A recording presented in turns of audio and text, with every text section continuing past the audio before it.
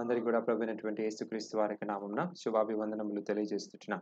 మరొకసారి ఈ యొక్క సాయంకాల సమయంలో మరి ప్రభు యొక్క సన్నిధిలో వచ్చి కూర్చొని మరి మనము కొంత సమయము యవనస్తుల కూడికలో పాలు పొందడానికి కొరకై ప్రభు ఇస్తున్నటువంటి కృపను బట్టి దేవునికి వందనస్తులుగా ఉంటూ ఉన్నాం. దయచేసి మీరందరూ కూడా మీ యొక్క పనులను ముగించుకొని ప్రభు యొక్క సన్నిధిలో భయం భక్తి శ్రద్ధతో కూర్చొనవలసిందిగా, దేవుని యొక్క వాక్యముని మేలు పొందవలసిందిగా మనవి చేస్తున్నాం. ప్రార్థన చేసుకొని ప్రారంభించుకున్నాము.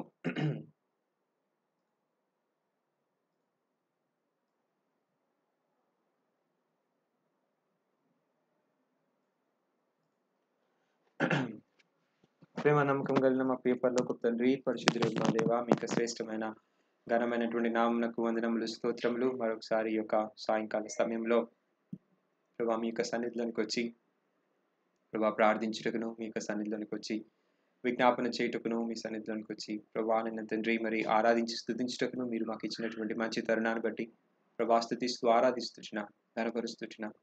దేవా అద్భుతకరుడ, ఆలోచనకర్త, బలవంతుడికి మా ప్రభా సమాధానకర్త, నీతిమంతుడా, నిన్న నిరంతరం కూడా ఏకరీతుకున్నటువంటి మా రాజా, మిమ్మల్ని స్తుతిస్తూ మిమ్మల్ని ఆరాధిస్తున్నాను.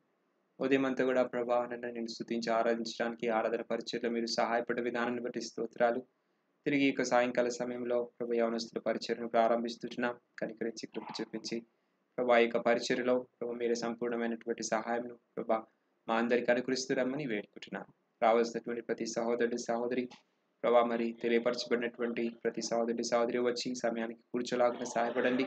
అది మాత్రమే కాకుండా ప్రభా మీకు ప్రభా నిన్న మాటలు విని పాటలు పాడి మేలు పొంది ప్రభా క్షేమం పొందడానికి కొరకై మీకు సహాయం కోరుకుంటున్నాను. వందనాలు స్తోత్రాలు. పాటల ద్వారా మీరు మాయంపరచబడుతురండి ప్రభా. వర్తమానంలో ప్రభా కావాల్సినటువంటి కృపను అనుగ్రహించండి. ముగింపు వరకు మీకు సంపూర్ణమైనటువంటి సహాయాన్ని అనుగ్రహిస్తురామని వేడుకుంటున్నాను ప్రభా. కనెక్షన్స్ ఇంటర్నెట్ను కరెంట్ను మీకు స్వాధీనంలో ఉంచుకోమని కూడా వేడుకుంటూ స్తోత్రాలు చెల్లించుకుంటూ యేసు అతి పరిశుద్ధ నామమున స్తుతించి ప్రార్థించి కనపరిచి వేడుకుంటున్నాను తండ్రి, ఆమెన్. ఒక పాట పాడుకుందాం. పల్లవరము కొండల పైన ప్రభు చూపిన దర్శనం అనే పాటను పాడుకుందాం. పెద్ద పాటల పుస్తకంలో లేదనుకుంటాను, చిన్న పాటల పుస్తకంలో ఉంది కాబట్టి చూసి పాడవలసిందిగా మనం చేస్తున్నాం. పల్లవరము కొండల పైన ప్రభు చూపిన దర్శనము అనే పాటను పాడుకుందాం.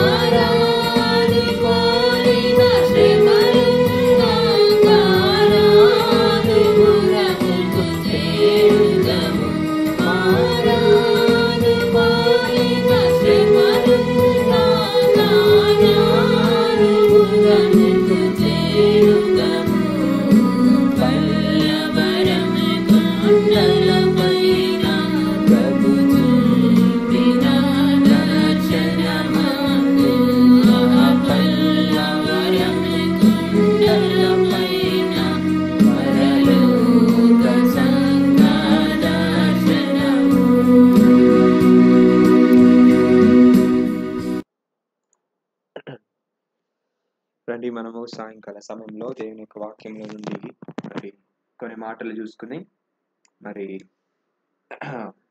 కూడికను ముగించుకుందాం.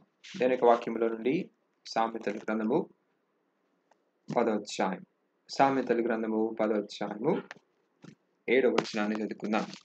సామెతలు 10వ అధ్యాయము 7వ వచనం. దయచేసి అందరూ కూడా ఈ బైబిల్ను తెరిచి చదవడానికి కొరకే ప్రయత్నం చేయండి. సామెతలు book of Proverbs chapter 10 verse 7. నీతిమంతుని జ్ఞాపకం చేసుకునుట ఆశీర్వాదకరమగును, భక్తిహీనుల పేరు అసహ్యత పుట్టించును. నీతిమంతుని జ్ఞాపకం చేసుకునుట ఆశీర్వాదకరమగును. ప్రభు సహాయం కొరకు వచ్చిన ప్రార్థన చేసుకున్నాం. ప్రేమ నమ్మకం కలిగిన మా ప్రియ పరలోకపు తండ్రి, పరిశుద్ధుడగు మా దేవ, మీకు శ్రేష్టమైన ఘనమైన నామమునకు వందనములు, స్తుతులు, స్తోత్రములు చెల్లించుకుంటున్నాను. మరొకసారి ఈ యొక్క ప్రభానన్న తండ్రి మరి సాయంకాల సమయంలో ప్రభా పాటల ద్వారా నిన్ను స్తుతించి ఆరాధించుట కొరకాయి ప్రభా మా యొక్క సంఘం యొక్క దర్శనమును జ్ఞాపకం చేసుకున్నట్టు కొరకాయి ప్రభా అందుని బట్టి నిన్ను స్తుతించి ఆరాధించుట కొరకాయి ప్రభు మీరు ఇచ్చినటువంటి చక్కని సమయాన్ని బట్టి మీకు వందనాలు, స్తుతులు, స్తోత్రాలు చెల్లించుకుంటున్నాను. దేవా మరొకసారి ఈ యొక్క సాయంకాల సమయంలో మీకు వాక్యమును ధ్యానించబోతుంటున్నాం. ప్రభా నిన్న సాక్ష్యమును జ్ఞాపకం చేసుకోబోతుంటుండగా మీరు కనికరించి అవసరత కొలది మీకు దాసుని అభిషేకించుకుని వాడుకుంటురండి. ప్రభా మీకు బిడ్డలకు చెప్పేటటువంటి బుద్ధి, జ్ఞానము, స్తోమత, యోగ్యత నాకు లేదు కనుక మీకు శిలోచన మరుగుపరుచుకొని మీకు ఆత్మాభిషేకంలో ఉంచుకొని అవసరత కొలది మీరే మాట్లాడుతున్నారు అనే విషయాలను మీకు ఘనమైన శ్రేష్టమైన హస్తములకు అప్పచెప్పుకుంటూ యేసు పరిశుద్ధ నామమున స్తుతించి ప్రార్థించి కనపరిచి పెట్టుకుంటున్నాను తండ్రి. ఆమేన్. సామెతల గ్రంథము 10వ అధ్యాయము 7వ వచనము. నీతిమంతుని జ్ఞాపకం చేసుకునుట ఆశీర్వాదకరమగును. కాబట్టి నీతిమంతులను మనము జ్ఞాపకం చేసుకుంటూ ఉండాలి. దేవుని యొక్క వాక్యంలో మనము చూసినట్లయితే మరి అనేక మందిని గురించి రాయబడతా ఉంటుంది కదా, అనేక మంది గురించి రాయబడతా ఉన్నది. కాబట్టి ఏయో మరి సామెతల గ్రంథం లాగా ఏవో మంచి మంచి మాటలు లేకపోతే కేవలము సూక్తులు బైబిల్ గ్రంథంలో మరి అంతటా అలాగ లేదు. బైబిల్ గ్రంథం అంతా కూడా ఉదాహరణ ఎవరికి బట్టి ఉదాహరణ? మరి ఆ యొక్క నీతిమంతుల యొక్క ఉదాహరణ. అనేక మంది నీతిమంతులు దేవుని యొక్క వాక్యంలో కనబడతారు. ప్రారంభం నుండి గమనిస్తూ వెళ్ళినట్లయితే హేబేలు మొదలు నుండి మనము చూస్తూ వెళ్ళినట్లయితే ప్రేమైన సహోదరి పౌలు వరకు లేకపోతే అపోస్తుల వరకు మరి అనేక మంది నీతిమంతులు ప్రభు కొరకే జీవించినటువంటి విధానము దేవుని యొక్క వాక్యంలో మనం చూస్తూ ఉంటాం, జ్ఞాపకం చేయబడుట చూస్తుంటున్నాం. కాబట్టి ఆ యొక్క నీతిమంతులు జ్ఞాపకం చేసుకునుట, వారి యొక్క గుణ లక్షణములను నేర్చుకునుట, అది మాత్రమే కాదు ప్రియమైనటువంటి సహోదరి మరి ఆ నేర్చుకున్నటువంటి విధానంలో మనం ఏం చేయబడతామంటే దీవించబడేటటువంటి వారంగా ఉంటాం. కాబట్టి ఈ యొక్క సాయంకాల సమయంలో కూడా ఒక నీతిమంతుని జ్ఞాపకం చేసుకునడానికి కొరకే మనం ప్రయత్నం చేద్దాం. దేవుని యొక్క వాక్యంలో నుంచి కాదు కానీ దైవజనుడైనటువంటి భక్త్ సింగ్ గారు మరి ఆయన యొక్క జన్మదినం ఈ దినమున జూన్ 6 అనేటటువంటిది ఈ దినము.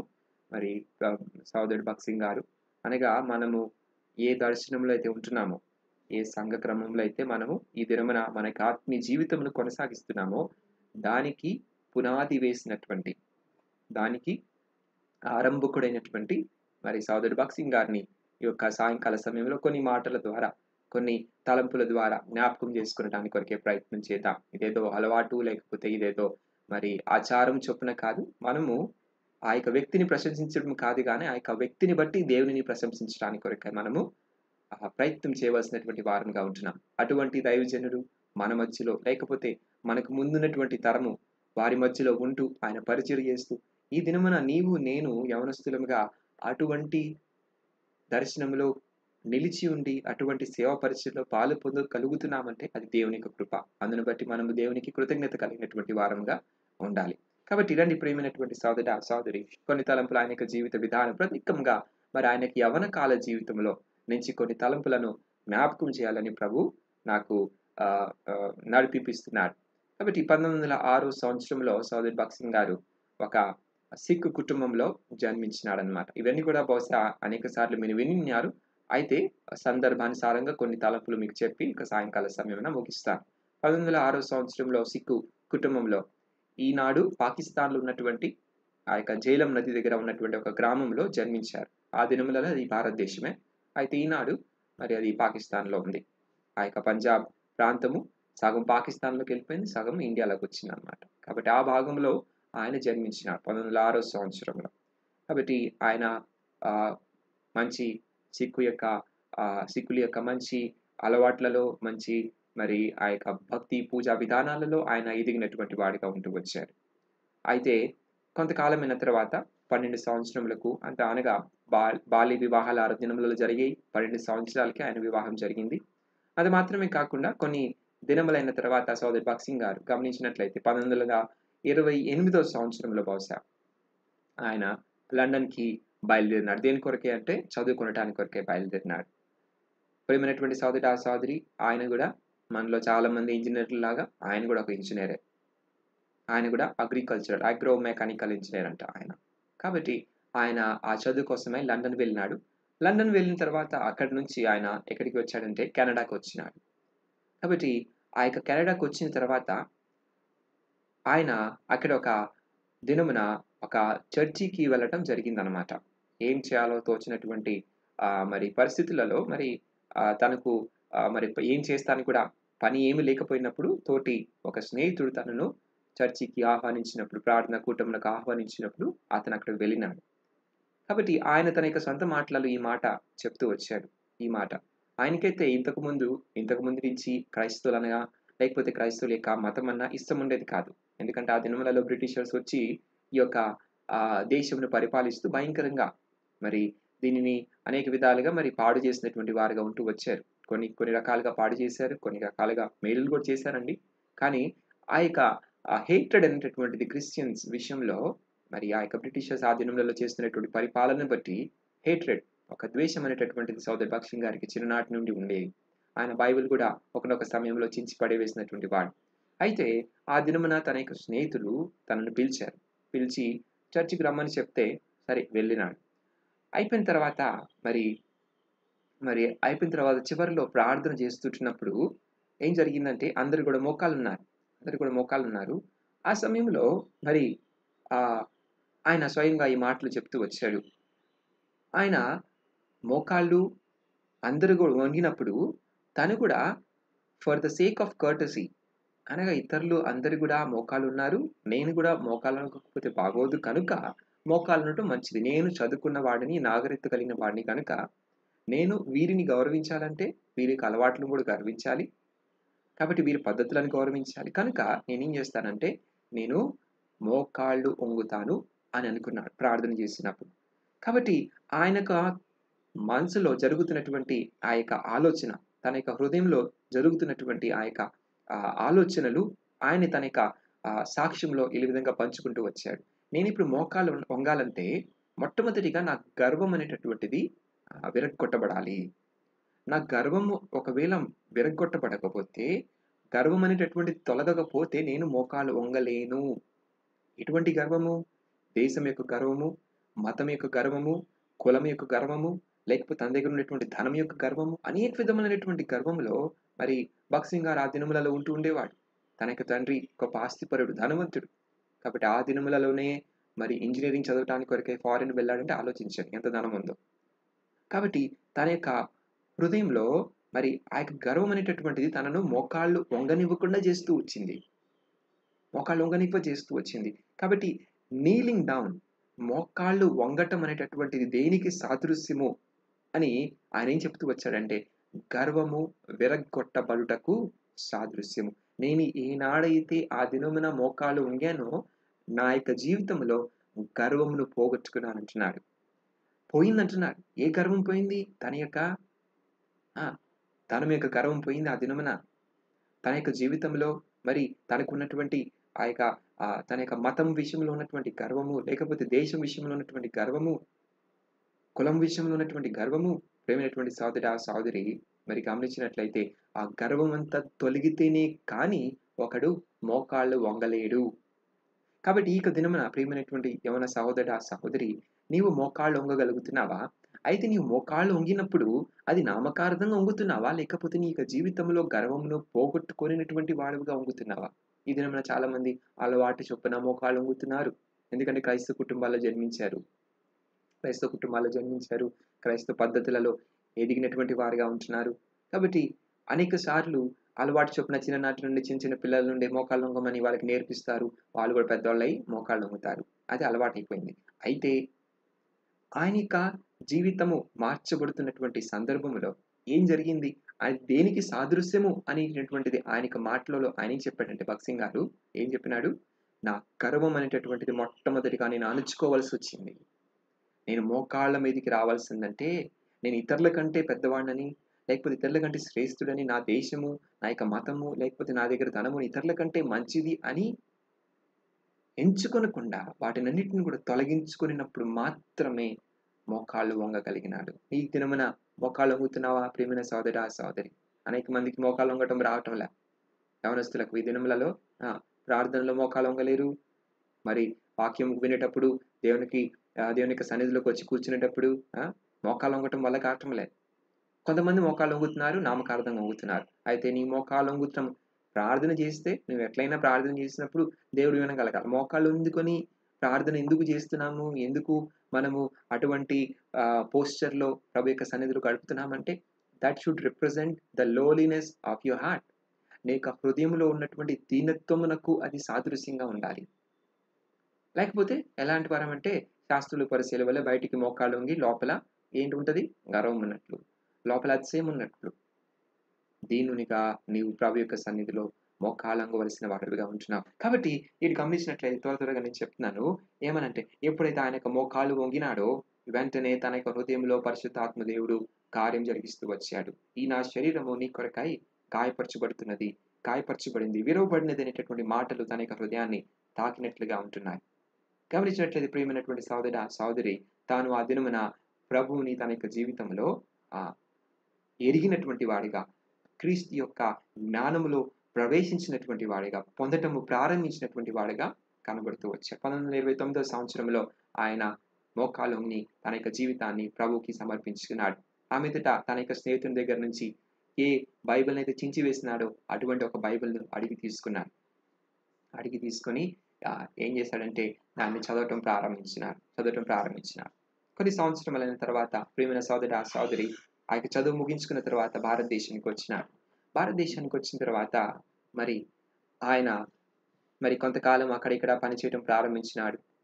తల్లిదండ్రులు ఇక్కడికి వచ్చి ఎంతో దీనంగా మనవి చేసినారు.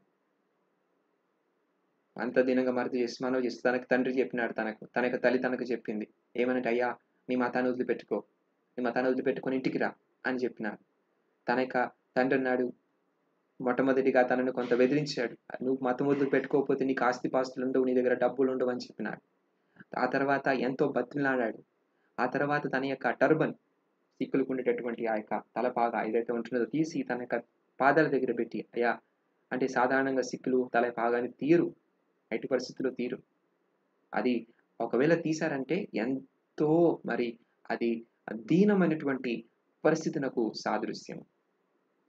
కాబట్టి గమనించినట్లయితే ప్రియమైనటువంటి సహోదరి తన తలపాగా తీసి భగత్ సింగ్ గారి యొక్క పాదాల దగ్గర పెట్టి, అయ్యా ఇంటికి రా నీ మతాన్ని వదిలిపెట్టుకో అంటే ఆయన అన్నాడు కదా, నేను నా ప్రభు లేకుండా నేను జీవించలేను. సరే, ఇక తల్లిదండ్రులు ఒప్పించలేక వెళ్ళిపోయినారు ఇంటికి.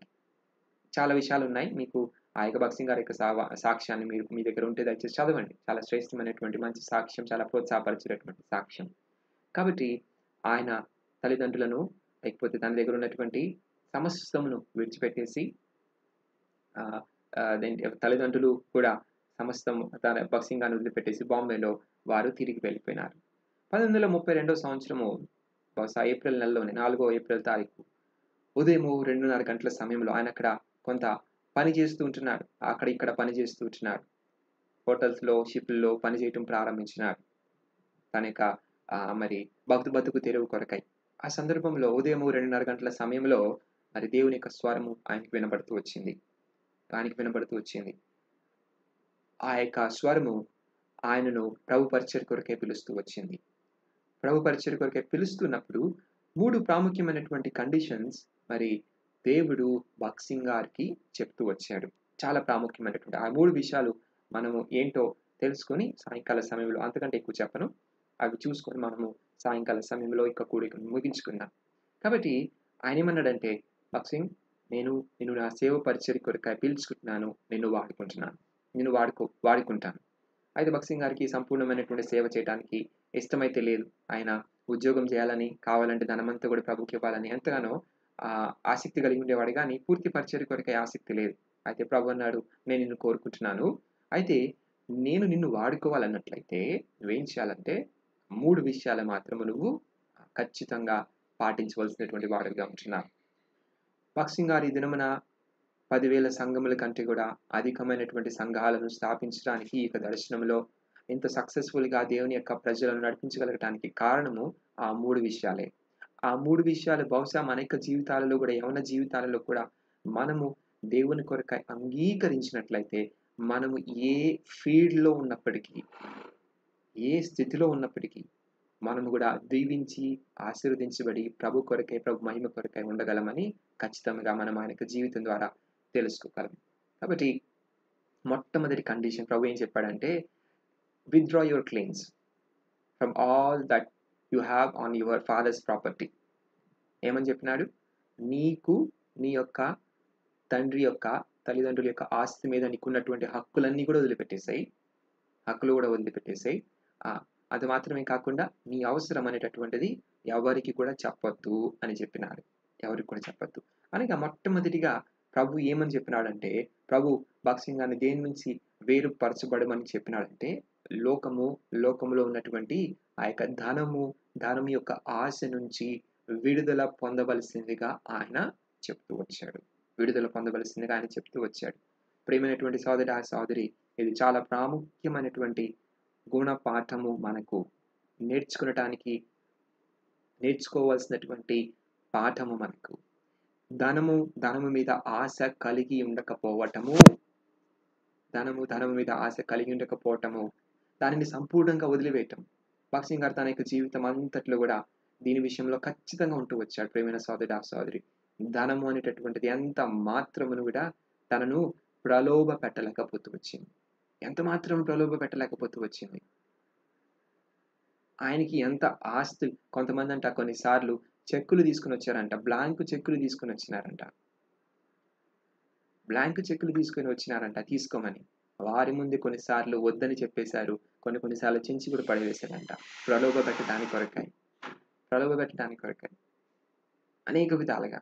ప్రియమైనటువంటి సహోదరి, ఆయనకు తన ఆశ లేనటువంటి వాడుగా తనకి యవ్వన కాలం ముందు తాను నిర్ణయం తీసుకున్నాడు. యవ్వన కాలం ముందు నీవు నేను ఏ నిర్ణయం తీసుకోవాలంటే, ఉద్యోగాలు చేయకూడదని కాదు, లేకపోతే పనులు చేయకూడదని కాదు, కానీ ఎటువంటి నిర్ణయం తీసుకోవాలి?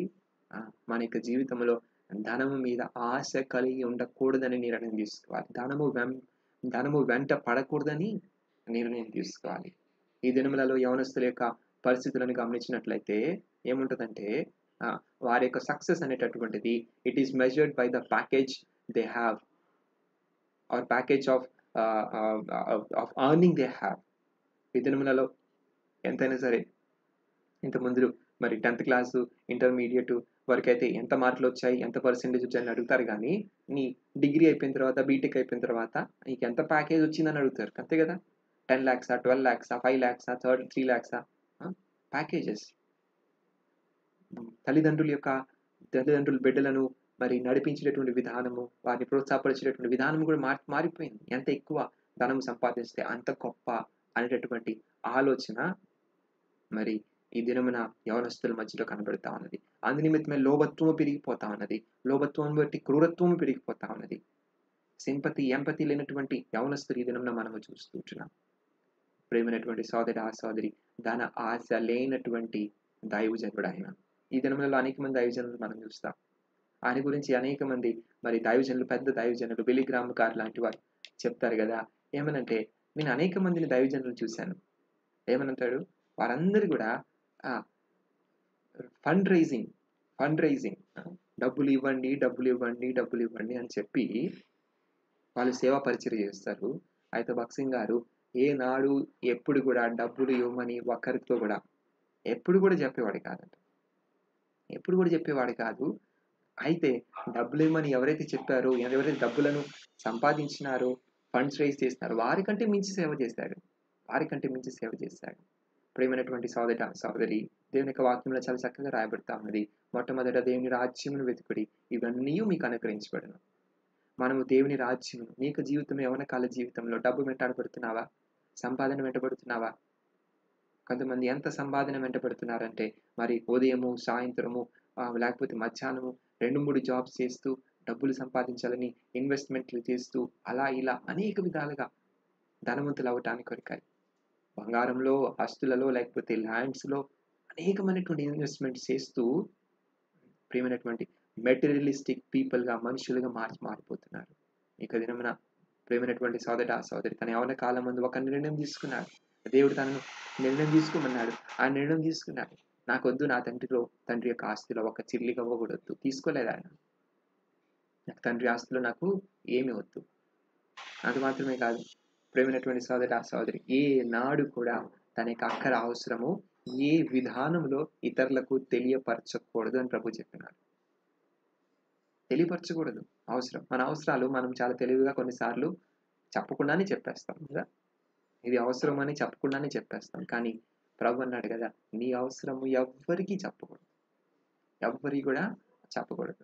కాబట్టి చిన్న చిన్న విషయాలు, పెద్ద పెద్ద విషయాలు దైవజనుడు భక్సింగ్ గారు మరి దేవుని ఆ యొక్క తన యొక్క అవసరము తెలపనప్పుడు దేవుడు ఎలాగ గొప్ప కార్యములను తన యొక్క జీవితంలో తన యొక్క అక్కర్లను తీరుస్తూ వచ్చాడో మరి తన యొక్క సాక్ష్యంలో మనము గమనిస్తూ వచ్చాం. అప్పుడు ఆకలి అవుతా ఉంటే మరి ఎవరికి చెప్పలేదు మరి రోడ్డు మీద వెళ్తున్నాడంట. దేవునికి తెలుసు తన యొక్క దాసుని యొక్క అవసరం తెలుసు. వెళ్తున్నప్పుడు మరి తన యొక్క హృదయంలో ఒక దేవుని స్వరం విన్నాడంట. హోటల్ కనిపించిందంట. భక్సింగ్ లోపలికి వెళ్ళమని చెప్పినాడంట. లోపలికి వెళ్ళి నీకు కావాల్సింది తినమని చెప్పినాడంట. తినమని చెప్తే నా దగ్గర అయితే డబ్బులు లేవు, ఏం చేయాలి? అయితే మరి భక్సింగ్ గారిలో ఉన్నటువంటి ఒక శ్రేష్టమైన గుణం ఏంటంటే ప్రభు మాట్లాడినప్పుడు వెంటనే విధేయత చూపించేవాడు. సరే వెంటనే లోపలికి వెళ్ళినాడంట. ఆర్డర్ చేయమంటే ఆర్డర్ చేసినాడంట. కాఫీ కూడా ఆర్డర్ చెప్పినాడంట. కాబట్టి భోజనం తింటున్నాడంట. తింటున్నప్పుడు ఆ సందర్భంలో ఏం జరిగిందంటే మరి హృదయంలో కలవరం ఉందంట. డబ్బులు లేకుండా నేను తింటున్నాను, ఏమి లేవు, చిల్లి అవ్వలేదు, నా దగ్గర రూపాయి కూడా లేదు, ఇప్పుడు నేను డబ్బులు ఇవ్వకపోతే వీళ్ళని పట్టుకొని అంటూ దోమిస్తారు అనేటటువంటి ఆలోచన. ఆయన తినటం ముగిస్తుంటే ఎవరో వెనక నుంచి వచ్చారంట, చూశారంట. బ్రదర్ భక్సింగ్ మీరేనా?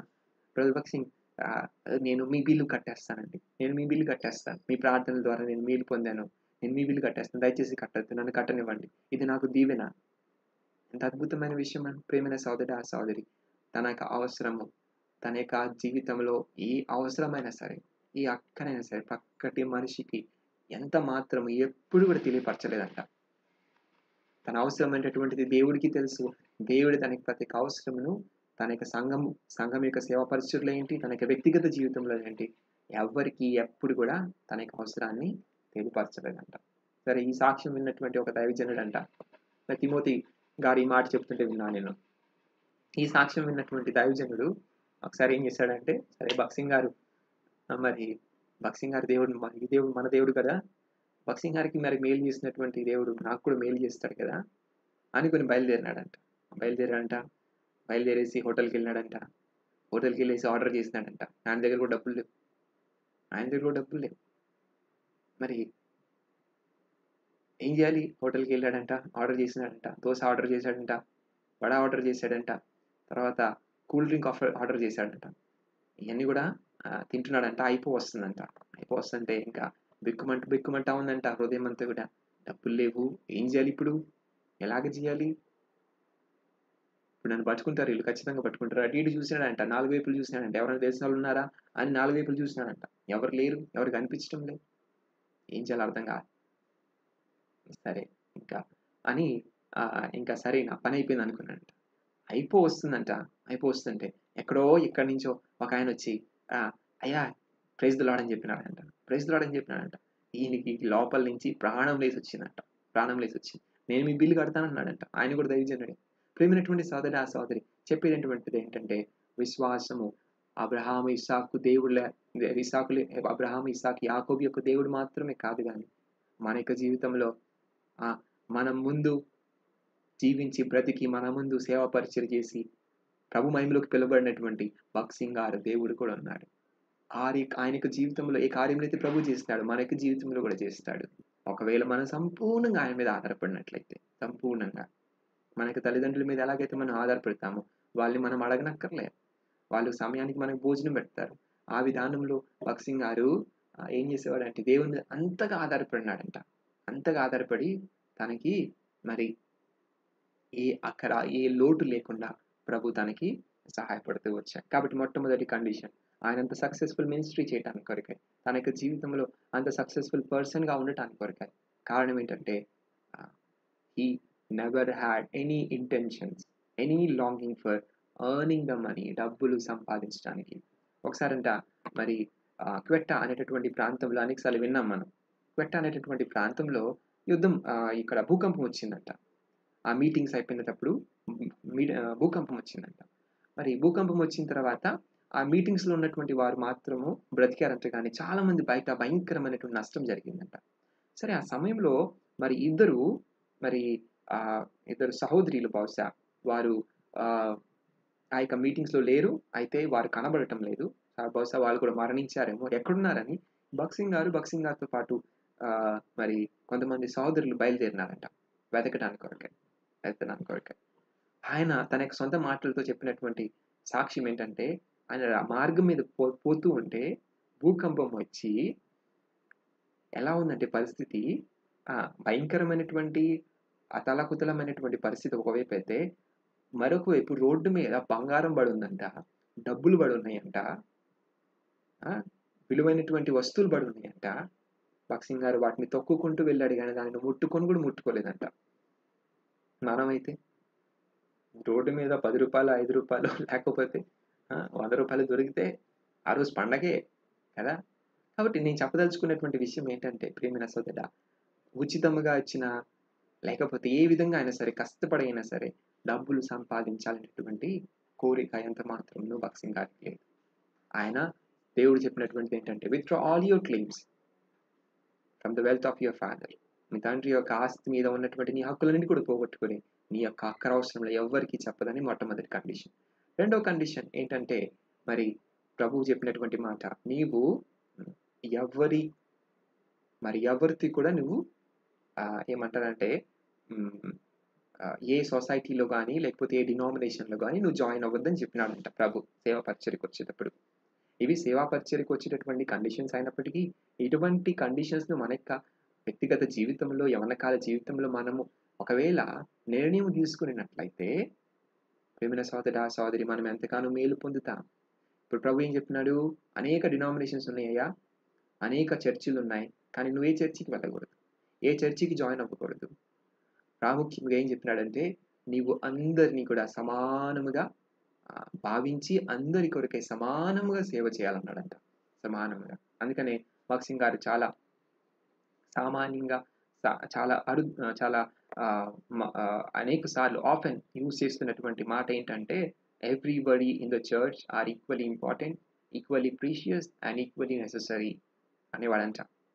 Everybody in the church, all the God's people are equally important, equally precious and equally necessary. అందరూ కూడా ప్రాముఖ్యమైనటువంటి వారే, అందరూ కూడా విలువైనటువంటి వారే, అందరూ కూడా అవసరమైనటువంటి వారే. కాబట్టి ఒక డినామినేషన్ గొప్ప, లేకపోతే ఈ డినామినేషన్ చిన్న అనేటటువంటి దృక్పథము కాకుండా అందరినీ సమానముగా ఎంచి అందరి కొరకై సమానమైనటువంటి సేవ చేసినటువంటి దైవజనుడు సోదరి భగత్ సింగ్ గారు. నీ నా జీవితంలో కూడా ప్రియమైనటువంటి సోదరా, సోదరి మరి ప్రెజుడైజెస్ కలిగి లేకుండా మన యొక్క జీవితంలో నోషన్స్ అనేటటువంటివి, ప్రీ జడ్జ్‌మెంట్స్ అనేటటువంటివి మన యొక్క జీవితాల్లో లేకుండా మనం ఏం చేయాలంటే సమానముగా అందరి కొరకి కూడా సేవ చేయవలసినటువంటి వారిగా, పరిచర్య చేయవలసినటువంటి వారిగా, పోరాడవలసినటువంటి వారుగా, లేకపోతే మనము పనులు చేయవలసినటువంటి వారంగా కనబడుతూ ఉంటున్నాం. కాబట్టి ఇక్కడ గమనించినట్లయితే ఇక్కడ రెండవదిగా భగత్ సింగ్ గారికి సరే తన యొక్క తల్లిదండ్రులు, అన్యులు యొక్క ఆధారము తొలగిస్తే, ఇక్కడ దేవుడు ఏం చేసినాడంటే రెండవదిగా క్రైస్తవుల యొక్క ఆధారం కూడా తొలగించేసాడు. నువ్వు ఎక్కడైనా సరే క్రైస్తవుల దగ్గరికి వెళ్ళి, ఆ యొక్క క్రైస్తవుల యొక్క సంఘంలో చేరి, అక్కడ ఏదో సాలరీ తీసుకొని, లేకపోతే అక్కడ ఎక్కడో సేవ చేస్తాం అనుకుంటున్నావా? లేదు. ఆధారం కూడా తొలగించేసాడు ప్రభు.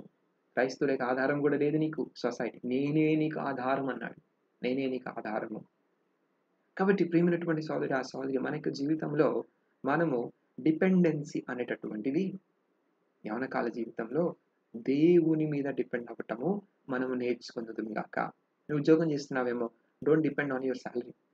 నీ యొక్క వస్తున్నటువంటి ఆ యొక్క సాలరీ మీద డిపెండెన్సీ పెట్టుకోవకు.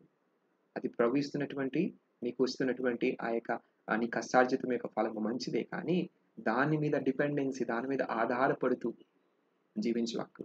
విశ్వాస మూలంగా నీతిమంతుడు ఎలా జీవిస్తాడంటే విశ్వాస మూలంగా జీవిస్తాడు. ఉద్యోగం లేకపోయినా ఎలా జీవిస్తాడు? ఉద్యోగంలో చేసేటటువంటి నీతిమంతులు ఉన్నారు, ఉద్యోగం చేయనటువంటి వారు నీతిమంతులు ఉన్నారు కదా. అయితే నీతిమంతుడు ఎలాగ జీవించాలి? విశ్వాస మూలంగా జీవించాలి. విశ్వాసం మూలంగా. ప్రియమైనటువంటి సహోదరి, ఇక్కడ ప్రభు చెప్పినాడు కదా, నీవు విశ్వాస మూలంగా జీవించాలి. నువ్వు ఎవ్వరి మీద కూడా ఆధారపడకూడదు. లేకపోతే ఏ డినామినేషన్ సొసైటీ కూడా నీవు జాయిన్ అవ్వకూడదు. ఆయన ఏ డినామినేషన్, ఏ సొసైటీ కూడా జాయిన్ అవ్వలేదు. ఆయన 1938 సంవత్సరంలో మెడ్రాస్కి వెళ్ళినాడు. నీలగిరిస్ అనేటటువంటి ప్రాంతంలోకి వెళ్ళినాడు. అక్కడ మనం పాడినటువంటి పాట పల్లవరము అనేటటువంటి కొండల మీద ప్రభు దర్శనం పొందినాడు. అక్కడ సేవ పరిచయం ప్రారంభించినాడు. యెహోవా షమ్మా అనేటటువంటి మందిరం నిర్మించినాడు. ఆ మీదట 1950 సంవత్సరంలో ఆయన హైదరాబాద్కి వచ్చి హెబ్రోన్ను ప్రారంభించినటువంటి వాడుగా ఉంటూ ఉన్నాడు. హెబ్రోన్ ప్రారంభించినాడు. కాబట్టి ఆయన ఈ లోకంలో ఉన్నటువంటి సిఎస్ఐ, సిఎన్ఐ అనేటటువంటి విషయాల మీద ఆయన ఆధారపడలేదు. ఈ లోకంలో ఉన్నారు ప్రియమైన సహోదరి, పెద్దవారు, గొప్పవారు, లేకపోతే మనకు సహాయం చేయగలిగినటువంటి వారు కొంతవరకు ఉన్నారు. ఆ సహాయము బహుశా భక్సింగ్ గారు పొందినట్లయితే ఆయన కొంతవరకు సేవ పరిచయం చేసి తన యొక్క యాత్ర ముగించేవాడేమో. కానీ అందరికంటే గొప్పవాడైనటువంటి దేవుని మీద ఆధారపడినాడు కాబట్టి అందరికంటే గొప్ప పరిచయం చేస్తున్నాడు. అది గొప్పతనం. మన యొక్క జీవితంలో కూడా నీవు, నేను ప్రేమైనటువంటి సహోదరి, దేవుని మీద ఆధారపడటం నేర్చుకుందాం కాక. దేవుని మీద ఆధారపడదాం. మనకి చదువుల విషయంలో ప్రభు మీద ఆధారపడదాం. ప్రభు జ్ఞానం ఇవ్వు. ఈ లోకంలో ఉండేటువంటి మరి మాట ఏంటంటే God helps those who help themselves కదా. God helps those who help themselves. తమకు తాము కష్టపడి శ్రమ పడేటటువంటి వారికి దేవుడు సహాయపడతాడు అనేటటువంటి మాట వాస్తవమే. అయితే మనం ప్రభు యొక్క బిడ్డలంగా మనం శ్రమపడాలి. అంతకంటే ఎక్కువగా మనం ప్రభు మీద ఆధారపడవలసిన వారిగా ఉంటున్నాం. ఈ లోకంలో ఉన్నటువంటి ఏ ఆధారం మీద నమ్ముకోకు. దేవుని మీద మరి నమ్మిక కలిగి, దేవుని మీద దృష్టి కలిగి మనం ఈ లోకంలో జీవిస్తున్నట్లయితే మనం ఏ పని చేస్తున్నప్పటికీ కూడా సక్సెస్ఫుల్గా మనము ఉండగలం, దీవెనకరంగా ఉండగలం, ఫ్రూట్ఫుల్గా మనం ఉండగలం.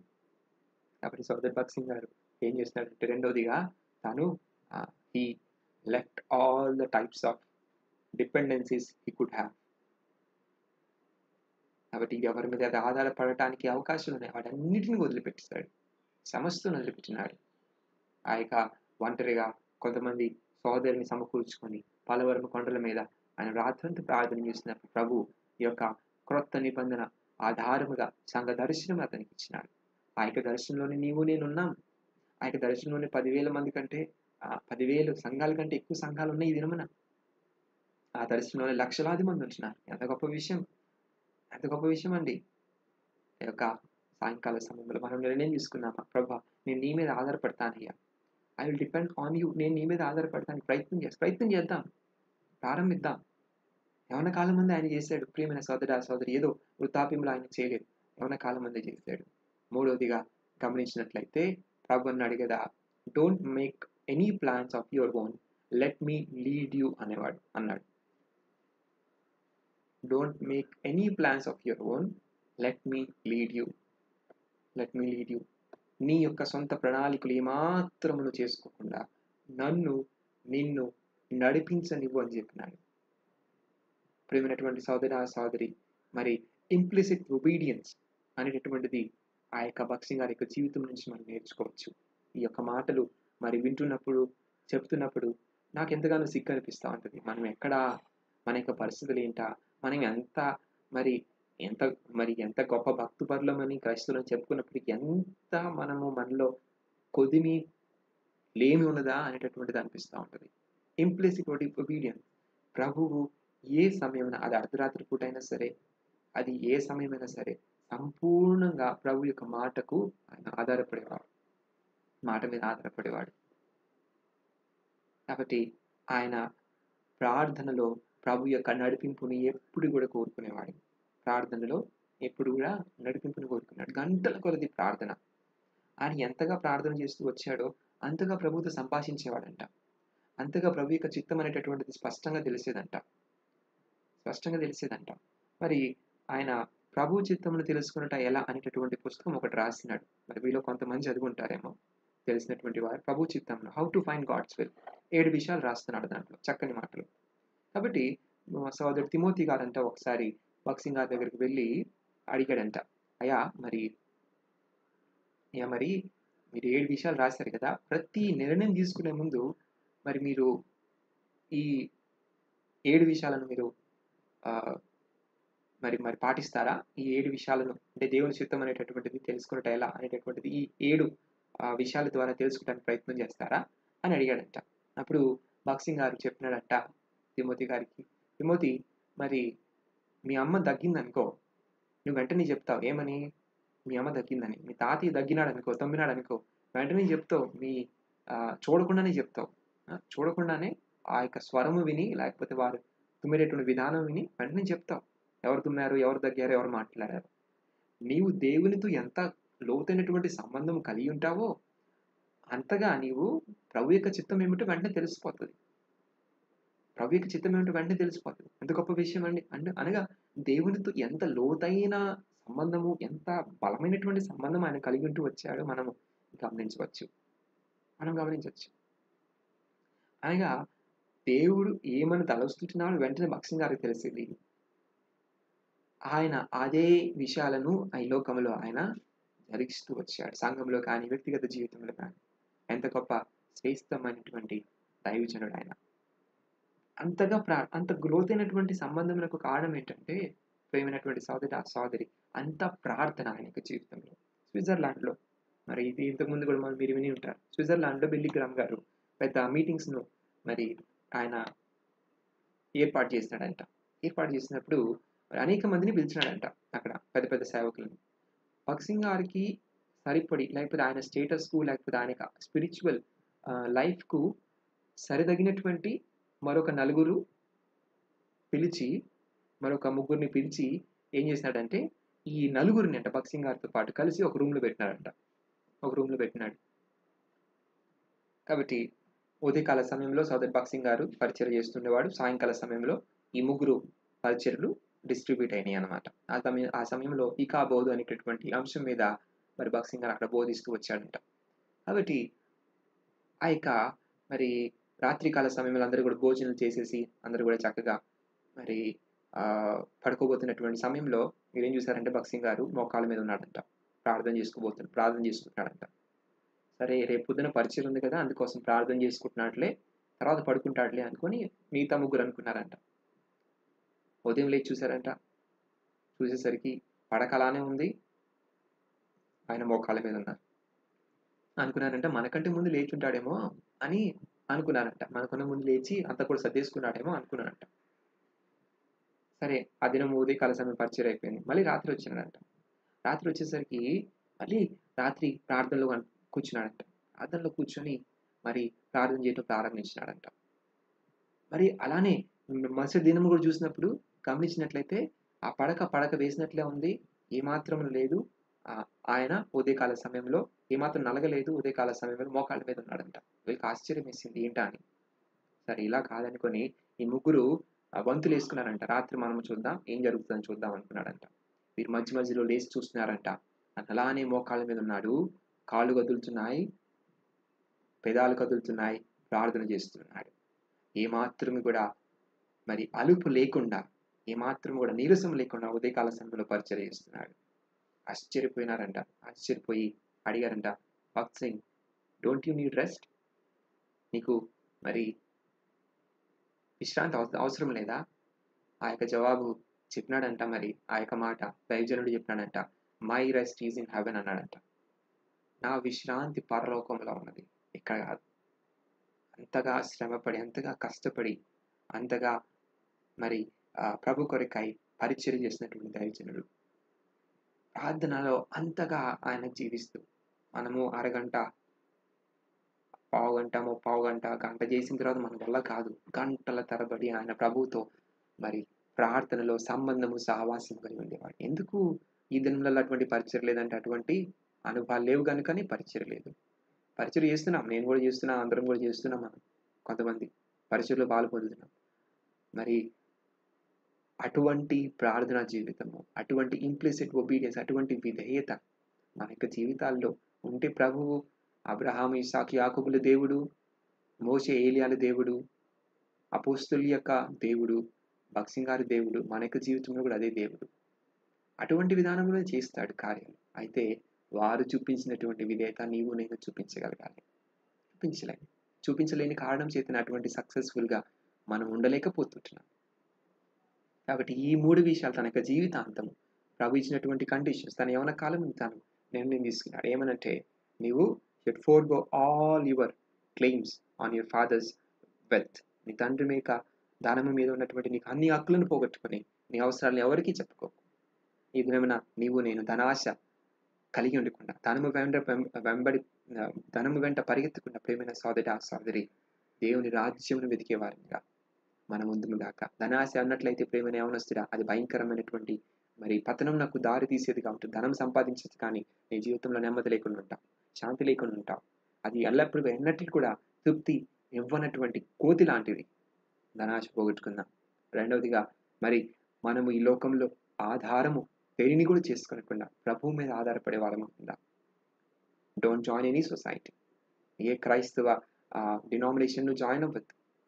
అయితే నువ్వు ఒంటరిగా ఉన్నప్పటికీ ఆ విత్తనము ఒంటరిగా నేలలో వేయబడి ఫలభరితమైనటువంటి వృక్షం వలె ఉంటున్నట్లుగా ప్రేమైనటువంటి సోదరి భక్సింగాని దేవుడు ఒంటరిగా ఉండనిచ్చాడు. ఎవరి మీద ఆధారపడిన దేవుని మీద ఆధారపడినిచ్చాడు. అయితే ఆ యొక్క వృక్షము నాటబడి ఫలభరితమైనటువంటి గొప్ప వృక్షం వలె ఈ దినమున అనేక సంఘములకు ఆ ఫౌండేషన్ వలె ఆ యొక్క వృక్షము కనబడుతా ఉన్నది. మూడవదిగా గమనించినట్లయితే, డోంట్ మేక్ యువర్ ప్లాన్స్.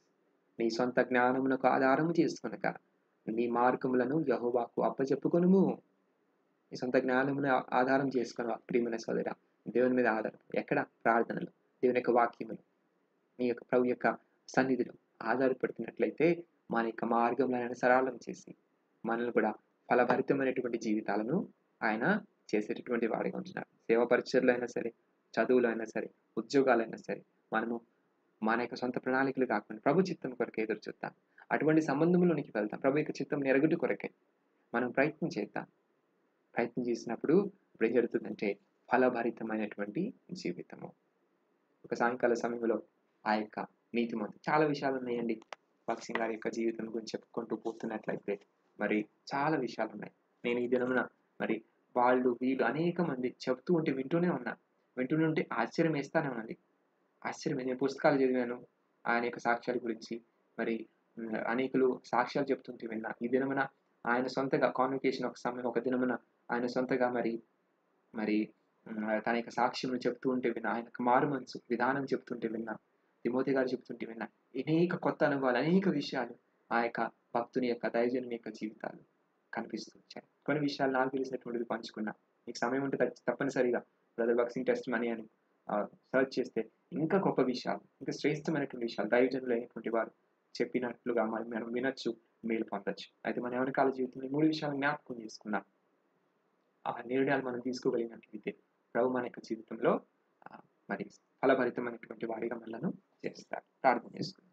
ప్రేమ నమ్మకం కలిగిన మా ప్రియ పరలోకపు తండ్రి, పరిశుద్ధులకు మా దేవ, ఈ యొక్క సాయంకాల సమయంలో మీరు మాకు ఇచ్చినటువంటి మంచి తరుణాన్ని బట్టి నేను స్తుతిస్తున్నాను, ఆరాధిస్తున్నాను.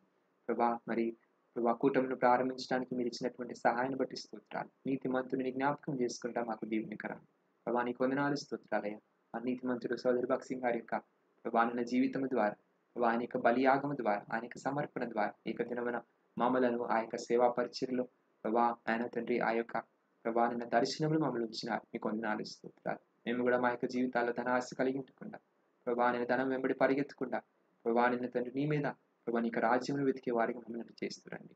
ప్రభా మా యొక్క జీవితంలో ఈ లోకంలో దేనిని కూడా ఆధారం చేసుకునక ప్రభా నిన్న తండ్రి మరి మీ మీద ఆధారపడటం కొరికే మీరే సహాయపడుతురండి. ప్రభా మా యొక్క ప్రణాళికలను మేము చేసుకున్నాక ప్రభా మా యొక్క సొంత బుద్ధి మీద ఆధారపడకుండా నీకు చిత్తం కొరకు ఎదిరిగే వారిగా మమ్మల్ని చేస్తున్నామని వేడుకుంటున్నాను. ప్రభా విధానములు మమ్మల్ని దీవించి ఆశీర్వదించమని ప్రభా నిన్న దిన విధానంలో ఆత్మీయంగా ఎదిగేటటువంటి వారికి మమ్మల్ని చేస్తున్నామని కోరుకుంటున్నాను. ప్రభా వచ్చినటువంటి సహోదరి సహోదరులందరిని బట్టి స్తోత్రాలు. ప్రభా నిన్న తండ్రి ఈ యొక్క సాక్ష్యమును ప్రభా యొక్క వాక్య భాగమును మీరు దీవించి ఆస్వాదించమని మా యొక్క జీవితాలలో పనిచేయలాగిన దీన్ని విత్తి ఫలభరితమైనటువంటిదిగా చేస్తున్నామని కోరుకుంటూ ప్రభా మా యొక్క అక్కర అవసరం ఎరిగిన వాడివి ఒక సొంత సమయంలో మీకు ఉద్దేశానుసారంగా మా యొక్క అవసరాలు మీరు తీరుస్తున్నామని కూడా కోరుకుంటూ యేసు పరిశుద్ధ నామమున స్తుతించి ప్రార్థించి కనపరిచి పెట్టుకుంటున్నాను తండ్రి. ఆమేన్. అందరికీ కూడా ప్రైజ్ ది లార్డ్.